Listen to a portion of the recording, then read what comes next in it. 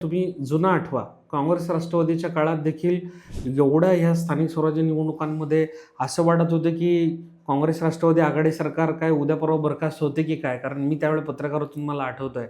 अगदी सुशीलकुमार शिंदे साहेब, शरद पवार साहेब एवढे एकमेकांवर सोलापूर महापालिकेमध्येच्या निवडणुकीवर त्यांनी टीका केली होती. शरद पवार साहेब म्हणाले होते, की "मी तुमचा गुरु आहे आणि गुरु नेहमी एक डाव हातचा राखून ठेवतो." मग शिंदे साहेबांनी त्याला उत्तर दिलं, सुशीलकुमार शिंदे साहेबांनी. असं खूप झालं होतं. त्यावेळी मला अजून आठवतं 2011-12 मध्ये स्वर्गीय विलासराव देशमुख साहेब ज्यावेळी त्यांचं निधन झालं, त्याच्या अगोदर देखील असं काँग्रेस राष्ट्रवादीमध्ये एवढं त्यांचं शाब्दिक द्वंद्व व्हायचं.